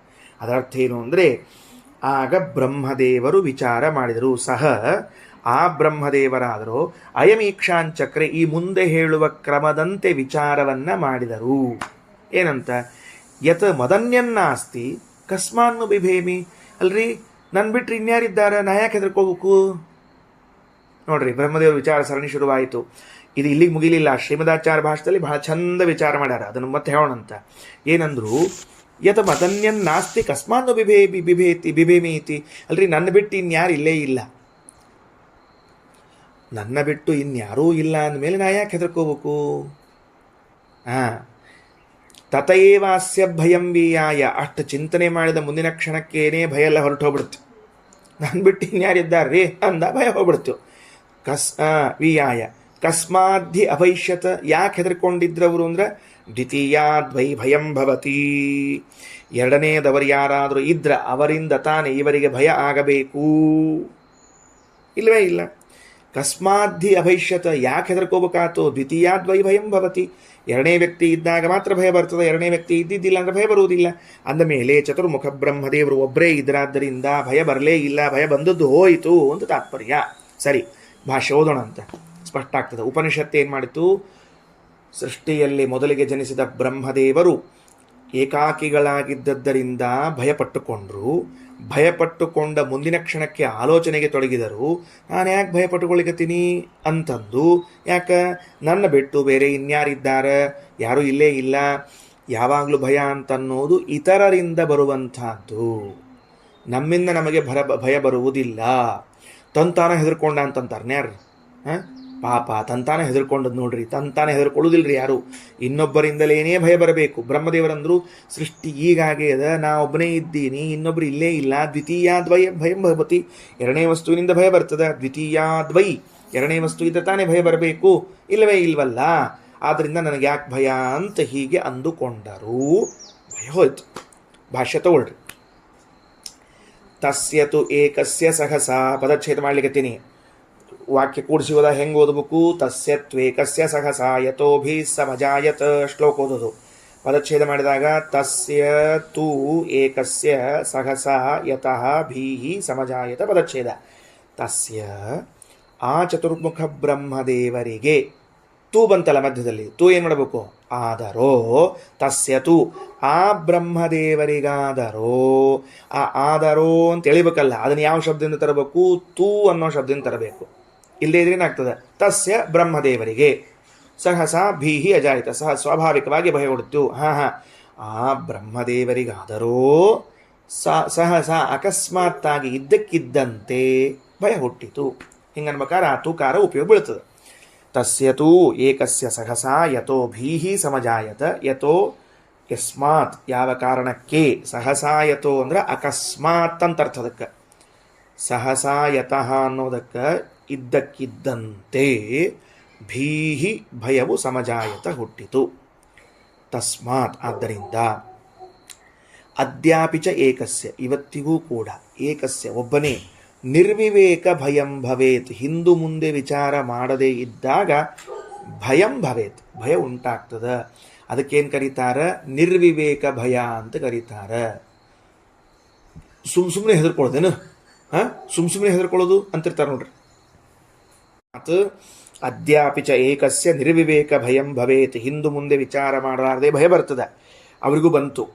ವಿಮಮರ್ಷ ತಥೋ ಬ್ರಹ್ಮ, ತಥೋ ಬ್ರಹ್ಮ ಅನಂತರದಲ್ಲಿ, ತತಃ ಅನಂತರದಲ್ಲಿ, ಯಾವ ಕಾರಣಕ್ಕಾಗಿ ಹಿಂಗೆ ಬಂದಿತ್ತೋ ಅನಂತರದಲ್ಲಿ ಬ್ರಹ್ಮ ವಿಮಮರ್ಷ, ಬ್ರಹ್ಮದೇವರು ಆಲೋಚನೆಯನ್ನು ಮಾಡಿದರು. ಯಸ್ಮಾತ್ ಮದ್ಬಾಧಕೋ ನಹಿ, ಏನಂತ, ನನಗೆ ಯಾಕೆ ಭಯ, ನನಗೆ ಯಾರಿಂದ ಬಾಧಕ ಅದ. ಮಮ ಬಾಧಕ ಯಸ್ಮಾತ್, ಯಾರಿಂದ ನನಗೆ ಭಯ, ಯಾಕಂದ್ರೆ ಮಯಾ ಸೃಜ್ಯ ಯತಃ ಸರ್ವೇ ಇತಃ ಪಶ್ಚಾತ್ ತನೋಹರಃ, ಇನ್ನು ಮುಂದೆ ಎಲ್ಲ ಪ್ರಜೆಗಳ ಸೃಷ್ಟಿಯಾಗಬೇಕಾಗಿದೆ. ನಾ ಈಗ ಬಂದಿದ್ದೀನಿ, ನಾನಿನ್ನು ಮುಂದೆ ಸೃಷ್ಟಿ ಮಾಡಬೇಕಾಗಿದೆ. ಯಾರು ನನಗೆ ಭಯ ಉಂಟು ಮಾಡಬೇಕೋ ಅವರೆಲ್ಲ ಇನ್ನು ಮುಂದೆ ಸೃಷ್ಟಿಯಾಗವರಿದ್ದಾರೆ. ಸರಿನಾ? ಶ್ರೀಮದಾಚಾರ್ಯ ಹೆಂಗೆ ಇದಕ್ಕೊಂದು ರೂಪ ಕೊಟ್ಟು ಬಿಡಿಸ್ತಾರೆ ನೋಡಿ, ತಿಳಿಸ್ತಾರೆ ಚೆಂದಾಗಿ. ಏನು ತಿಳಿಸ್ತಾರೆ, ಬ್ರಹ್ಮದೇವರಿದ್ದಾರೆ, ಅವರಿಗೆ ಭಯ. ಯಾರಿಂದ ಭಯ, ಮುಂದೆ ಬರುವರಿಂದಲೋ ಈಗಾಗಲೇ ಬಂದವರಿಂದಲೋ. ನಡುವಿದ್ದಾರೆ ಬ್ರಹ್ಮದೇವರು. ದೇಹಲಿ ದೀಪನ್ಯಾಯ. ಹಿಂದೆ ಬಂದವನು ಹರಿ, ಮುಂದೆ ಬರುವರು ರುದ್ರಾದಿ ದೇವತೆಗಳು. ಮುಂದೆ ಬರುವ ರುದ್ರಾದಿ ದೇವತೆಗಳಿಂದ ಭಯವ, ಈಗಾಗಲೇ ಬಂದಿರುವ ಇವರಿಗೆ ಮತ್ತು ಪರಮಾತ್ಮನಿಂದ ಭಯವ, ಅಥವಾ ತನಗೆ ಸಮಾನರಾದವರು ಯಾರೋ ಒಬ್ಬರಿದ್ದಾರೆ ಅವರಿಂದ ಭಯವ. ಯಾರಿಂದ ಭಯ? ಚಂದದಿಲ್ಲ. ವಿಚಾರ ಸರಣಿ ನೋಡ್ಕೊಳ್ರಿ, ವಿಷಯ ಬೇಡ, ವಿಚಾರ ಸರಣಿ ಹೆಂಗೆ ವಿಚಾರ ಮಾಡ್ತಾರ ಅಂತ ತಿಳ್ಕೊಂಡು. ಅಂದರೆ ನಾವು ಯಾವುದೇ ಒಂದು ಕಾರ್ಯ ಮಾಡುವಾಗ ಇದೆಲ್ಲ ವಿಚಾರ ಮಾಡಬೇಕು, ಹೀಗೊಂದು ಕ್ರಮದಲ್ಲಿರಬೇಕು ಅಂತ ತಿಳಿಸ್ತಾ ಇದ್ದಾರೆ.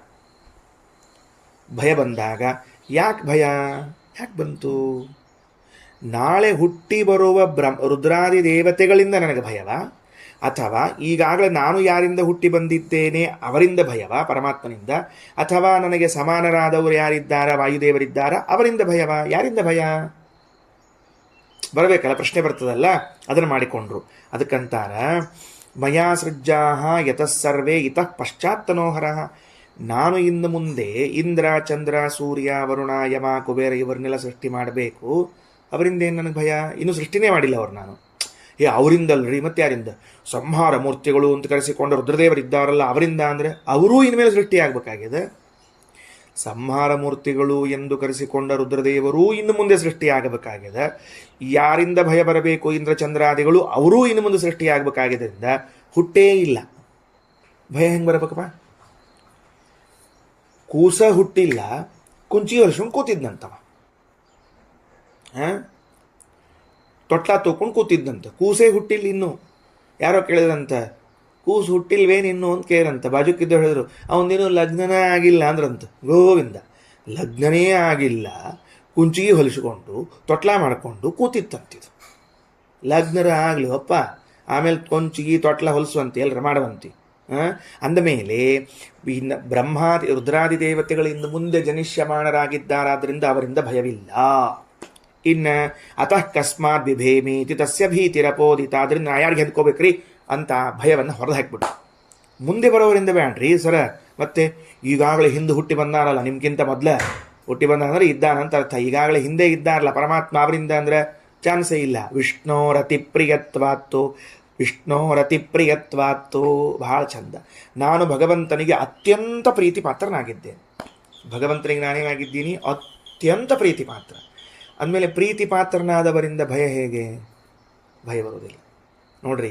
ಎಲ್ಲಿ ಭಾಳ ಪ್ರೀತಿ ಇರ್ತದ ಅಲ್ಲಿ ಭಯಕ್ಕೆ ಅವಕಾಶನೇ ಇರೋದಿಲ್ಲ. ಅಮ್ಮನ ಹತ್ರ ಏನು ಭಯ ಪಡೋದಿಲ್ಲ ನಾವು, ಅಪ್ಪನ ಹತ್ರ ಭಯ ಪಡ್ತೀವಿ. ಯಾಕೆ? ಅಮ್ಮನಕ್ಕಿಂತ ಪ್ರೀತಿಲಿ ತೂಕ ಕಡಿಮೆ ಇರ್ತದೆ. ಅದಕ್ಕೆ ಏನರ ಆದ್ಕೊಳ್ಳೋ ಟಕ್ ಅಂತ ಹೋಗಿ ಅವನ್ನ ಹಿಡ್ಕೋತಿರ್ತೀವಿ. ಎಷ್ಟು ಪ್ರೀತಿ ಇರ್ತದೆ ಅಂದರೆ ಅವನಿಂದ ಏನು ಭಯ ಇರಂಗಿಲ್ಲ. ಆಕೆ ಹೊಡೆದ್ರೆ ಸತ್ಯಕ್ಕೆ ಹೋಗಿ ಆಕಿನ ಅಪ್ಕೋತೀವಿ. ಅಪ್ಪ ಹೊಡೆದ್ರೆ ಅಪ್ಕೋತೀವಿ, ನಾ ಅಪ್ಪನ ಹೋಗಿ ಓಡಿ ಹೋಗ್ಬಿಡ್ತೀವಿ. ಅಪ್ಪನಿಂದ ಹೊಡ್ಲಿಕ್ಕೆ ಬಂದ ಬಾರ್ಲಿ ಅಂತ ತಿಳ್ಕೊಂಡು ಇಡೀ ಊರು ತುಂಬ ಓಣಿ ತುಂಬ ಅಡ್ಡಿಡ್ಕೊಂಬರ್ತೀವಿ. ಗುಡಿ ಗುಂಡಾರ ಮಠ ಎಲ್ಲ ಓಡಿ ಹೋಗ್ತೀವಿ. ಅವು ಹೊಡಿಲಿಕ್ಕೆ ಬಂದಾಳಂದ್ರೆ ಹೋಗಿ ಆಕಿನ ಅಪ್ಕೊಚ್ಕೋತೀವಿ. ಯಾಕೆ? ಪ್ರೀತಿ ಇದ್ದಲ್ಲಿ ಭಯವಿಲ್ಲ. ಅದಕ್ಕೆ ಶಾಸ್ತ್ರ ಹೇಳಿತು, ದೇವರಲ್ಲಿ ಭಯ ಪಟ್ಕೊಳ್ಳಿಕ್ಕೆ ಹೋಗಬೇಡ್ರಿ, ಪ್ರೀತಿ ಮಾಡಿರಿ. ಪ್ರೀತಿ ಮಾಡಿದ್ರೆ ಯಾವ ಭಯ ಬರೋದಿಲ್ಲ. ಸೂತ್ರ ಎಷ್ಟು ಚಂದ ನೋಡ್ರಿ. ದೇವರಲ್ಲಿ ನಾವು ಮಾಡುವ ಪ್ರೇಮ ನಮಗೆ ಭಯದಿಂದ ಮೀಲೋ ದೂರಿಟ್ಟಿರ್ತದೆ, 100 ಕಿಲೋಮೀಟರ್ ಅಷ್ಟು ದೂರಿಟ್ಟಿರ್ತದೆ. ಆದ್ದರಿಂದ ಪ್ರೇಮ ಎಂಬುವಂತಹ ವಸ್ತು ಭಯವನ್ನು ದೂರ ಮಾಡ್ತದೆ. ನೂತನ ದಂಪತಿಗಳು ಅಂದ್ರೆ ಭಾಳ ಪ್ರೀತಿ ಮಾಡಿ ಲಗ್ನ ಮಾಡ್ಕೊಂಡಿದ್ರಂಥವ್ರು. ಗೊತ್ತಾಗ್ತಿಲ್ಲ, ಅಷ್ಟು ಪ್ರೀತಿ. ನೂತನ ದಂಪತಿಗಳು ಪ್ರೇಮ ಮಾಡಿ ಲಗ್ನ ಮಾಡ್ಕೊಂಡಿದ್ರಂತ. ಹಡಗೊಳಗೆ ಹೊರಟಿದ್ರಂತ. ಹಡಗಲ್ಲಿ ಹೊರಟಿರುವಾಗ ಹಡಗ ಇದ್ದಕ್ಕಿದ್ದಂತೆ ಏನಾಗ್ಲಿಕ್ಕೆ ಶುರುವಾಯಿತು ಅಂದ್ರೆ ಗಾಳಿ ಬಂದು ಹೊಯ್ದಾಡ್ಲಿಕ್ಕೆ ಶುರುವಾಯಿತು. ಠಾ ಠಾ ಠಾ ಠಾ ಅಂತ ತಿಳ್ಕೊಂಡ್ರಿ. ಹೊಯ್ದಾಡ್ಲಿಕ್ಕತ್ತು ಕೂಡಲೇ ಎಲ್ಲರೂ ಪ್ರಾರ್ಥನೆ ಮಾಡ್ಕೋತ ಕೂತ್ರಂತ. ಏನಂತ ಪ್ರಾರ್ಥನೆ ಮಾಡ್ಕೋತ ಕೂತ್ರು? ದೇವರೇ ರಕ್ಷಣಾ ಮಾಡು, ದೇವರೇ ರಕ್ಷಣಾ ಮಾಡು, ದೇವ್ರ ರಕ್ಷಣಾ ಮಾಡು, ಬಿದ್ದು ಹೋಗ್ಬಿಡ್ತೀವಿ, ಮುಳುಗಿ ಹೋಗ್ಬಿಡ್ತೀವಿ ಅಂತ ರಕ್ಷಣಾ ಮಾಡೋದು ಪ್ರಾರ್ಥನೆ ಮಾಡಿರ್ತಂತ. ಇವಾಗ ಗಂಡ ಆರಾಮ್ ಕೂತಿದ್ನಂತ, ನಿಶ್ಚಿಂತೆ ಕೂತಿದ್ನಂತ. ಹೆಂಡತಿ ಕೇಳಿದ್ಲಂತ, ಏನ್ರಿ ಹಡಗ ಮುಳುಗ್ಲಿಕ್ಕತ್ತದ, ಎಲ್ಲಾರು ಇಷ್ಟು ಪ್ರಾರ್ಥನೆ ಮಾಡ್ಲಿಕ್ಕತ್ತಾರ, ನೀವೇನು ಮಾಡಬಲ್ರಲ್ಲ ಅಂತ ಕೇಳಿದ್ರಂತ ಹೆಂಡತಿ. ಸಹಜ, ಹೆಂಡತಿ ಕೇಳೋ ಸ್ವಭಾವ, ಕೇಳ್ಬೇಕಾಗ್ತಿರ್ತದೆ. ಕೇಳಿದ್ಲಂತ, ಎಲ್ಲರೂ ಪ್ರಾರ್ಥನೆ ಮಾಡ್ಲಿಕ್ತಾರೆ, ನೀವು ಮಾಡಬಲ್ಲರಲ್ಲ, ದೇವರ ರಕ್ಷಣಾ ಮಾಡು, ದೇವರ ರಕ್ಷಣಾ ಮಾಡು ಅಂತ ತಿಳ್ಕೊಂಡು. ಯಾಕ ಅಂತ ಗಂಡ ತಕ್ಷಣಕ್ಕೆ ತನ್ನ ಕೈಯಾಗ ಒಂದು ಚಾಕು ಇತ್ತಂತ, ಚೂರಿ ತೆಗೆದ್ನಂತ, ಒಂದು ಕಡ್ಗ ಹಿಂಗೆ ತೆಗೆದು ಹೆಂಡತಿ ಕುತ್ತಿಗೆ ಮೇಲೆ ಹಿಂಗೆ ಇಟ್ಟನಂತ. ಹೆಂಡತಿ ಹಿಂಗೆ ಕೂತಿದ್ಲಂತ, ಹಿಂಗೆ ಸುಮ್ ಕೂತಿದ್ಲಂತ, ಏನು ಟೆನ್ಷನ್, ಹಿಂಗೆ ಕೂತಿದ್ಲಂತ. ಕೇಳಿದ್ನಂತ, ಅಲ್ಲ ನಾ ಖಡ್ಗ ತಂದು ನಿನ್ನ ಕುತಿ ಮೇಲೆ ಇಟ್ಟಿನಿ, ಹೆದರ್ಕೊಳ್ಳುವಲ್ಲಿ ಆಗಿಲ್ಲ, ಯಾಕೆ ಏನು ಹೇಳು ಅಂತ ಕೇಳಿದ್ಲಂತ. ಆಕೆ ಅನ್ಲು, ಹಗ್ರಿ ನೀವೇನು ನಾನು ಹೊಡಿತೀರಿ? ಎಲ್ಲರ ಇಷ್ಟು ಪ್ರೀತಿ ಮಾಡ್ತೀರಿ ನೀವು ನನ್ನ, ಅಷ್ಟು ಪ್ರೀತಿ ಮಾಡೋ ನೀವು ಹೆಂಗೆ ನಾನು ಹೊಡಿತೀರಿ? ಚಾನ್ಸ್ ಅದ ಏನು ಅಂತ ಕೇಳಿದ್ಲಂತ. ಹುಚ್ಚಿ, ದೇವ್ರು ನಮ್ಮನ್ನು ಅಷ್ಟು ಪ್ರೀತಿ ಮಾಡ್ತಾನ, ನಮ್ಮನ್ನು ಮುಳುಗಿಸ್ತಾನೆ, ಯಾಕೆ ಅಷ್ಟು ಚಾನ್ಸ್ ಅದ ಏನು ನೀವು ತಿಳ್ಕೊಳ್ಳಿಲ್ಲೇನೋ ಅಂತ ಕೇಳಿದ್ನಂತೆ. ಹಾಗೆಯೇ ಭಯಪಟ್ಕೊಳ್ಳೋ ಅವಕಾಶ ಇಲ್ಲ. ನಾವು ದೇವ್ರನ್ನಷ್ಟು ಪ್ರೀತಿ ಮಾಡ್ತೀವಿ, ದೇವ್ರು ನಮ್ಮನ್ನಷ್ಟು ಪ್ರೀತಿ ಮಾಡ್ತಾನೆ. ಹೀಗಾಗಿ ನಾವು ಮುಳುಗ್ತೀವಿ ಅನ್ನೋ ಭಯ ಯಾಕೆ? ಬರೇ ಉಳಿದು ಬಿಟ್ಬಿಡು, ದೇವ್ರು ಬಿಟ್ಬಿಡು. ನಾನು ನೀನು ಮದುವೆ ಆಗಿದ್ದೀವಿ, ನಿನ್ನನ್ನು ನಾನು ಪ್ರೀತಿ ಮಾಡ್ತೀನಿ ಅಂತ ಎಷ್ಟು ವಿಶ್ವಾಸದ ನಿನಗೆ ಅಂದರೆ, ಖಡ್ಗ ಹಿಡಿದು ಕುತ್ತಿಗೆ ಮೇಲೆ ನಿಲ್ಲಿಸಿದ್ರೆ ಸಹಿತಕ್ಕೆ ನೀ ಹೆದರ್ಕೊಳ್ಳುವಲ್ಲಿ. ಯಾಕೆ ಅಂದರೆ ನನ್ನ ಗಂಡ ನನ್ನನ್ನು ಅಷ್ಟು ಪ್ರೀತಿಸ್ತಾರೆ, ಹಿಂಗಾಗಿ ಕೊಲ್ಲಿಕ್ಕೆ ಚಾನ್ಸೇ ಇಲ್ಲ ಅಂತ ನಿನಗೆ ವಿಶ್ವಾಸ ಇದ್ದರೆ, ಆ ಪ್ರೀತಿಯ ಮೇಲೆ ವಿಶ್ವಾಸ ಇದ್ದರೆ ಭಗವಂತ ನನ್ನ ಮೇಲೆ ಪ್ರೀತಿ ಮಾಡ್ತಾನೆ, ನಾನು ಭಗವಂತನಲ್ಲಿ ಪ್ರೀತಿ ಮಾಡ್ತೀನಿ, ಅವನ ಅನ್ಯಾಕೆ ಮುಳುಗಿಸ್ತಾನೆ ಅಂತ ಇಷ್ಟು ವಿಶ್ವಾಸ ಇಲ್ಲೇ ನಿನಗೆ ಅಂತ ಕೇಳಿದ್ನಂತೆ. ಹಾಗೆಯೇ ವಿಷ್ಣೋರತಿಪ್ರಿಯತ್ವಾತ್ತು ತದನ್ನೇಷಾಂ ಪಿತೃತ್ವತಃ. ಭಗವಂತನ ಮೇಲೆ ಅಷ್ಟು ಪ್ರೀತಿ, ಭಗವಂತನಿಗೆ ಅಷ್ಟು ಪ್ರಿಯರಾದವರು, ತದನ್ನೇಷಾಂ ಉಳಿದವರಿಗೆ, ಇವರು ಪಿತೃಗಳು, ತಂದೆ ಸ್ಥಾನದಲ್ಲಿ ಇದ್ದವರು ರುದ್ರಾದಿ ದೇವತೆಗಳಿಗೆ. ಇಲ್ಲ. ಕಸ್ಮಾತ್ ಭಯಂ ಭವೇತ್, ಯಾರಿಂದ ಭಯ ಆಗಬೇಕು? ತಸ್ಯ ಸಮಾನಾಧಿ ಭಯಂ ಭವೇತ್ ವಿರೋಧಿನೋ ಅಧಿಕಾದ್ವಾಪಿ ಹೀನಾದ್ವಾ ಪಾರವಶ್ಯತಃ. ಸೂತ್ರಗಳು ಮುಂದಿನ ಫಾರ್ಮುಲಾ. ಸಮಾನಾಧಿ ಭಯಂ ಭವೇತ್ ವಿರೋಧಿನಃ, ನಮಗೆ ಸಮಾನರಾಗಿರಬೇಕು, ಆದರೆ ನಮ್ಮ ವಿರೋಧಿಗಳಾಗಿರಬೇಕು, ಆಗ ಮಾತ್ರ ಭಯ ಬರ್ತದೆ. ವಾಯುದೇವರು ಸಮಾನರಾಗಿದ್ದವರು ಇದ್ದಾರೆ ಬ್ರಹ್ಮದೇವರ ಕಾಲದಲ್ಲಿ, ಆದರೆ ವಿರೋಧಿಗಳಲ್ಲ, ಅಂದಮೇಲೆ ಭಯ ಇಲ್ಲ. ನೋಡ್ರಿ ಎಷ್ಟು ವಿಚಿತ್ರದ. ನನ್ನ ಸಮಾನ ಆಗಿರಬೇಕು, ನನಗೆ ವಿರೋಧಿ ಆಗಿರಬೇಕು, ಆಗ ನಾ ಭಯ ಬರ್ತದೆ ಅಂತ ಅನ್ಕೋಬೇಕು. ವಾಯುದೇವರು ಬ್ರಹ್ಮದೇವರಿಗೆ ಸಮಾನರಾಗಿದ್ದಾರೆ, ಆದರೆ ವಿರೋಧಿಗಳಲ್ಲ, ಸೊ ಭಯ ಇಲ್ಲ. ಅಧಿಕನಾಗಿದ್ದಾನೆ ಪರಮಾತ್ಮ, ವಿರೋಧಿಯಲ್ಲ, ಪ್ರೀತಿ ಪಾತ್ರ, ಭಯ ಇಲ್ಲ. ಇನ್ನು ಹೀನರಾಗಿದ್ದಾರೆ, ವಿರೋಧಿಗಳಾಗಿದ್ದಾರೆ, ತಮ್ಮ ವಶದಲ್ಲಿ ಇಲ್ಲ, ಭಯ ಬರ್ತದೆ, ಅದೂ ಇಲ್ಲ. ರುದ್ರಾದಿ ದೇವತೆಗಳು ತಮಗಿಂತ ಸಣ್ಣವರು, ವಿರೋಧಿಗಳಲ್ಲ, ತಮ್ಮ ವಶದಲ್ಲಿ ಇಲ್ಲ ಅಂತಲ್ಲ, ತಮ್ಮ ವಶದಲ್ಲೇ ಇದ್ದಾರೆ, ಅಂದ ಮೇಲೆ ಭಯ ಬರುವುದಿಲ್ಲ. ಎಷ್ಟು ಅಂಶಗಳನ್ನು ಚರ್ಚೆ ಮಾಡ್ಯಾರ ನೋಡ್ರಿ. ವಿರೋಧಿನಃ ಅಧಿಕಾದ್ವಾಪಿ ಹೀನಾದ್ವಾ ಪಾರವಶ್ಯತಃ ಹೀನಮೇವ ಯತಸ್ತಸ್ಯ ಸರ್ವಮೇವ ಜಗದ್ವಶೇ. ತನಗಿಂತಲೂ ಚಿಕ್ಕದಾದ ಅಧೀನವಾದ ಈ ಜಗತ್ತು ಪೂರ್ಣ ತನ್ನ ವಶದಲ್ಲಿದೆ. ನಚ ಜಾತಂ ತದಾ ಸರ್ವಂ ಹರಿರೇವ ಯತಃ ಪರಃ. ಇನ್ನೂ ಯಾವ ಜಗತ್ತು ಹುಟ್ಟೇ ಇಲ್ಲ, ಪರಮಾತ್ಮ ಸರ್ವೋತ್ತಮನಾಗಿದ್ದಾನೆ ಅಂದ ಮೇಲೆ ನನಗೆ ಯಾವ ಥರದ ಭಯ? ಮುಗೀತು, ಇಡೀ ಈ ಚಾಪ್ಟರ್ ಮುಗೀತು, 2ನೇ ಮಂತ್ರ ಮುಕ್ತಾಯ ಆಯಿತು. ಹಾಗಾದರೆ ಇದನ್ನು ನಾವು ಹೆಂಗೆ ಸಂಗ್ರಹ ಮಾಡೋಣ ಅಂದರೆ, ಹೀಗೆ ಸಂಗ್ರಹ ಮಾಡೋಣ ಅಂತ ನನ್ನ ಅಭಿಪ್ರಾಯ. ಇದು ಭಯದ ಘಟ್ಟ. ಭಯ ಬರ್ತದೆ ನಮ್ಮ ಜೀವನದಲ್ಲಿ, ಅಕಸ್ಮಾತ್ತಾಗಿ ಒಂದು ಭಯ ಬರ್ತದೆ. ಇದನ್ನು ನೆನಪಿಟ್ಟುಕೊಳ್ರಿ. ಇದಾದಮೇಲೆ ಒಂದು ಮಂತ್ರವನ್ನು ಹೇಳ್ತೀನಿ. ಏನು ಮಂತ್ರ ಹೇಳ್ತೀನಿ? ಯದಂತಿ ಯಚ್ಚದೂರಕೆ ಭಯಂ ವಿಂದತಿ ಮಾಮಿವ ಪವಮಾನ ವಿತಜ್ಜಹಿ. ಈ ಮಂತ್ರಕ್ಕೆ ಇದು ಆಪ್ಟಾದ ಒಂದು ದೃಷ್ಟಾಂತ, ಅತ್ಯಂತ ಸರಿಯಾದ ಒಂದು ದೃಷ್ಟಾಂತ. ವಾಯುದೇವರೇ, ಯದಂತಿ ಯಚ್ಚದೂರಕೆ, ನನ್ನ ಹತ್ತಿರದಲ್ಲಿ ದೂರದಲ್ಲಿ ಯಾವ ಭಯ ಬರ್ತದೆ ಗೊತ್ತಿಲ್ಲ, ಪವಮಾನ ವಿತಜ್ಜಹಿ, ಆ ಭಯವನ್ನು ಪರಿಹಾರ ಮಾಡು ಅಂತ ವಾಯುದೇವರಲ್ಲಿ ಕೇಳ್ಕೊಳ್ಳಿಕ್ಕೆ ಸರಿಯಾದ ಕಥೆ ಇದು. ಆಯಿತಾ?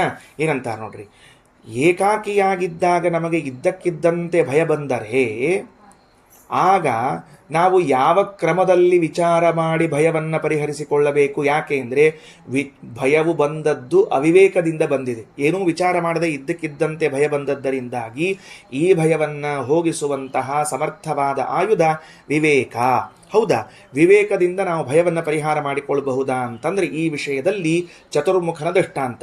ಚತುರ್ಮುಖ ಬ್ರಹ್ಮದೇವರ ಸೃಷ್ಟಿಯಾಗಿ ಬಂದಾಗ ಏಕಾಕಿಗಳಾಗಿದ್ದರೂ ಸಹಸಾ ಭಯಕ್ಕೆ ಒಳಗಾದರು. ಒಳಗಾದ ಕೂಡಲೇ ವಿಚಾರಕ್ಕೆ ಒಳಪಡಿಸಿದರು. ನಾ ಯಾಕೆ ಹೆದರ್ಕೊಂಡೆ? ಯಾಕೆಂದರೆ ಹೆದರಿಕೊಳ್ಳಬೇಕಾಗಿದ್ದರೆ ಎರಡನೇ ವಸ್ತುವಿನಿಂದ ತಾನೇ ಹೆದರಿಕೊಳ್ಬೇಕು. ಎರಡನೇ ವಸ್ತು ಇಲ್ಲವೇ ಇಲ್ಲಲ್ಲ, ನಾನೊಬ್ಬನೇ ಇದ್ದೀನಲ್ಲ, ಅಂದಮೇಲೆ ಭಯ ಯಾಕೆ ಪಡಬೇಕು ನಾನು ಅಂತ ಬ್ರಹ್ಮದೇವರ ಆಲೋಚನಾ ಸರಣಿ, ವಿಚಾರ ಸರಣಿ ಹೊರಟಿತು. ಅದು ಹೇಗಿದೆ ಅಂತ ಬಿಡಿಸಿ ಎಳೆಯಾಗಿ ಬಿಡಿಸಿ ಇಡ್ತಾರೆ ಶ್ರೀಮದಾಚಾರ್ಯರು. ಮೊದಲನೆಯದ್ದು, ಬ್ರಹ್ಮದೇವರು ಹೀಗೆ ಆಲೋಚನೆ ಮಾಡಿದ್ರಂತೆ, ನಾನು ಹುಟ್ಟಿ ಬಂದಿದ್ದೇನೆ, ನನಗಿವಾಗ ಭಯ ಬರ್ತಾ ಇದೆ. ಭಯ ಯಾರಿಂದ ಆಗಬೇಕು? ದ್ವಿತೀಯಾದ್ವೈ ಭಯಂ ಭವತಿ, ಎರಡನೇ ವ್ಯಕ್ತಿಗಳಿಂದ ಭಯವಾಗುತ್ತದೆ.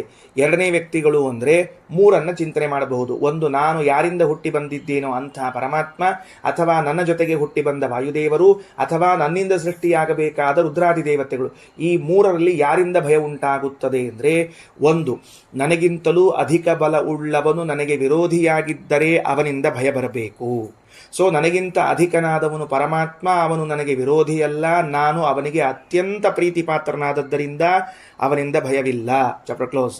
ಎರಡನೆಯದ್ದು, ನನಗೆ ಸಮಾನನಾದವರಿಂದ ಭಯ ಬರಬೇಕು. ನನಗೆ ಸಮಾನರಾದವರು ವಾಯುದೇವರಾದ್ದರಿಂದ, ವಿರೋಧಿಗಳಲ್ಲವಾದದ್ದರಿಂದ ಅವರಿಂದಲೂ ನನಗೆ ಭಯವಿಲ್ಲ. Chapter close. ಮೂರನೆಯದ್ದು, ನನಗಿಂತಲೂ ಹೀನರಾದವರು ಅಕಸ್ಮಾತ್ ವಿರೋಧಿಗಳಾಗಿದ್ದು ನನ್ನ ವಶದಲ್ಲಿ ಇಲ್ಲದೆ ಹೋಗಿದರೆ ಭಯ ಬರಬೇಕು. ಆದರೆ ರುದ್ರಾದಿ ದೇವತೆಗಳೆಲ್ಲರೂ ನನ್ನ ವಶದಲ್ಲಿ ಇದ್ದಾರೆ, ಅವರು ಯಾರೂ ಕೂಡ ನನಗೆ ವಿರೋಧಿಗಳಲ್ಲ, ಇನ್ನು ಮುಂದೆ ಹುಟ್ಟಬೇಕಾಗಿದೆ, ಆದ್ದರಿಂದ ಅವರಿಂದಲೂ ಭಯವಿಲ್ಲ. ಸೊ ಯಾರಿಂದಲೂ ಭಯ ಇಲ್ಲದೆ ಇದ್ದಾಗ ನಾನು ಯಾಕೆ ಭಯಕ್ಕೆ ಒಳಪಟ್ಟೆ ಎಂದು ವಿಚಾರ ಮಾಡಿ ಬ್ರಹ್ಮದೇವರು ಭಯವನ್ನು ಕಳೆದುಕೊಂಡರು. ಶ್ರೀಕೃಷ್ಣಾರ್ಪಣಮಸ್ತು.